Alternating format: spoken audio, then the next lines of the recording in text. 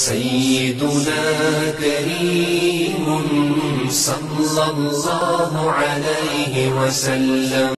الصيام تم پر روزے فرض کیے گئے ہیں کما کتب علی الذین من قبلکم جس طرح تم سے پہلے امتوں پر پہلے لوگوں پر فرض کیے گئے ہیں.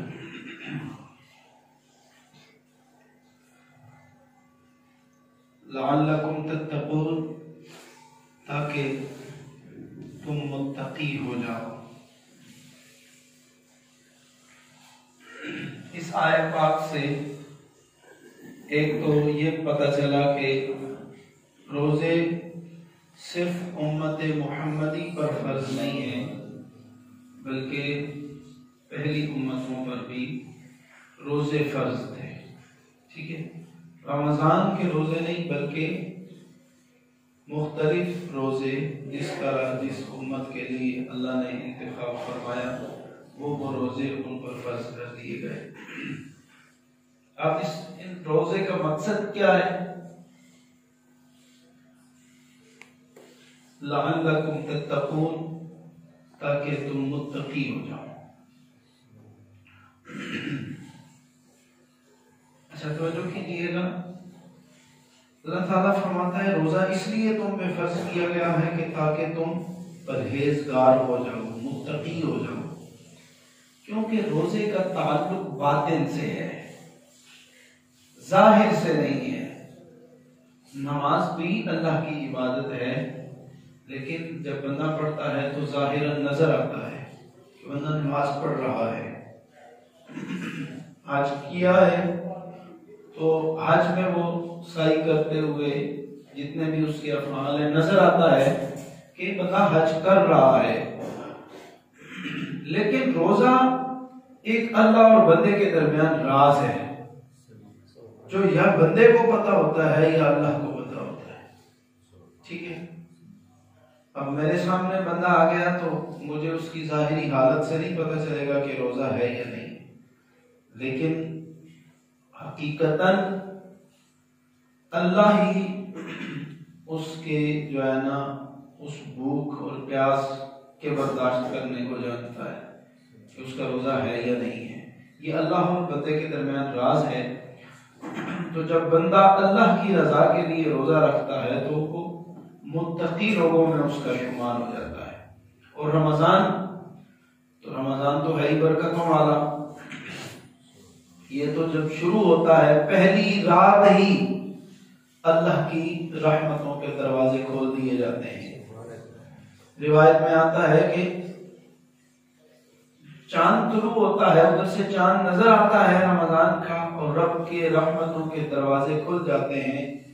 جنت کے 8 دروازے مالک کھول دیتا ہے اور رمضان کے ختم ہونے تک جنت کا دروازہ بند نہیں ہوتا.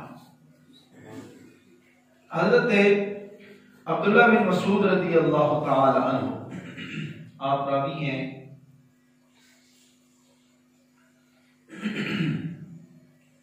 آپ فرماتے ہیں کہ رسول اللہ صلی اللہ علیہ وسلم نے فرمایا کہ رمضان کی ہر شب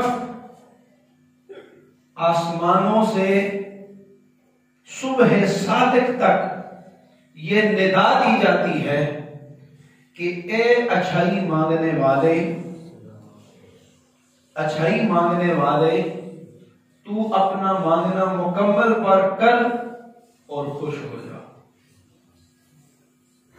پھر ندا ہوتی ہے کہ اے شر سے پناہ مانگنے والے تو اپنے طلب کو مکمل کر اور خوش ہو جا. یعنی اللہ تجھے شر سے نجات عطا فرمائے گا. پھر اعلان ہوتا ہے کوئی مغفرت کا طالب کہ مغفرت مانگے تو میں اس کی بخشش فرما دوں. ہے کوئی توبہ کرنے والا کہ وہ مجھ سے اپنے گناہوں کی معافی مانگے اور میں اس کی گناہوں کو بخش دوں. یہ رمضان کی راتوں ہر رات میں اعلان ہوتا ہے. پھر فرمایا ہر رمضان کی ہر شب افطار کے وقت اللہ 60,000 ایسے گناہگاروں کو جہنم سے آزاد فرماتا ہے جن کے گناہوں کی وجہ سے جہنم ان پہ واجب ہو چکی تھی۔ ہر روز وقت افطار 60,000 گناہگار جہنم سے آزاد ہوتے ہیں۔ پھر حضرت سیدنا عبداللہ بن عباس رضی اللہ تعالی عنہ آپ راوی ہیں، آپ فرماتے ہیں رسول اللہ صلی اللہ علیہ وسلم نے فرمایا کہ رمضان المبارک میں روزانہ ہر روز رمضان المبارک میں 10 لاکھ ایسے گناہگاروں کو جہنم سے آزاد کیا جاتا ہے جن پر جہنم واجب ہو چکی، جن پر جہنم واجب ہو چکی۔ پھر فرمایا پھر اس رمضان میں جمعے کی شب آتی ہے اور جمعے کا دن آتا ہے۔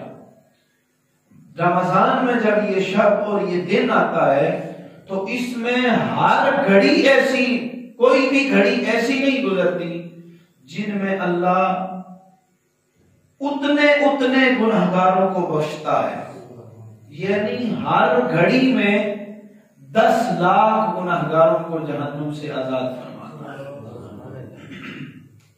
آج گزرنے والی جو شب ہے یہ شب جمعہ ہے اور آنے والا دن بھی یہ جمعے کا دن ہے اور رمضان المبارک کا پہلا جمعہ ہے۔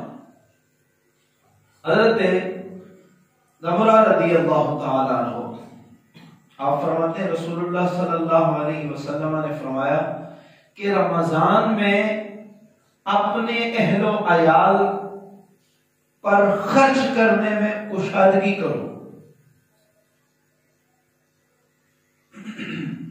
فرمایا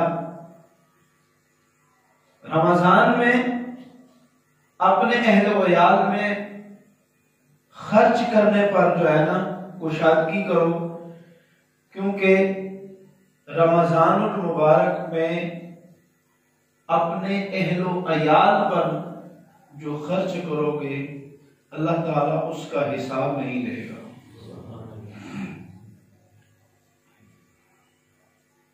یہ رسول اللہ صلی اللہ علیہ وسلم کے ارشادات ہیں۔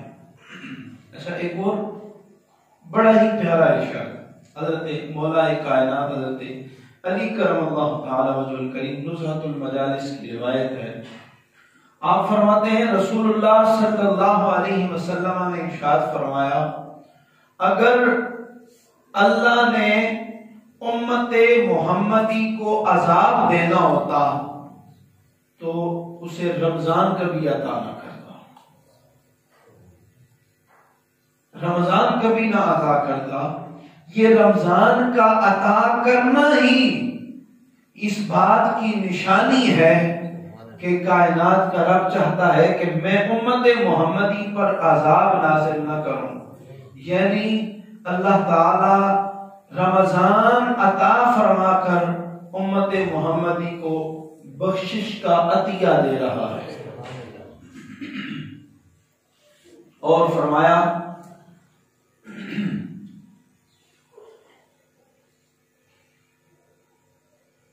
رمضان المبارک کا جو روزہ ہے اور اس میں فرمایا روزہ بھی رکھا کرو اور کثرت سے قرآن پاک بھی تلاوت کرو کہ قیامت کا دن ہوگا تو یہ روزہ اللہ کی بارگاہ میں تمہارے لیے شفاعت کرے گا۔ قرآن اور روزہ یہ تمہارے لیے شفاعت کریں گے۔ روزہ اللہ سے عرض کرے گا مالک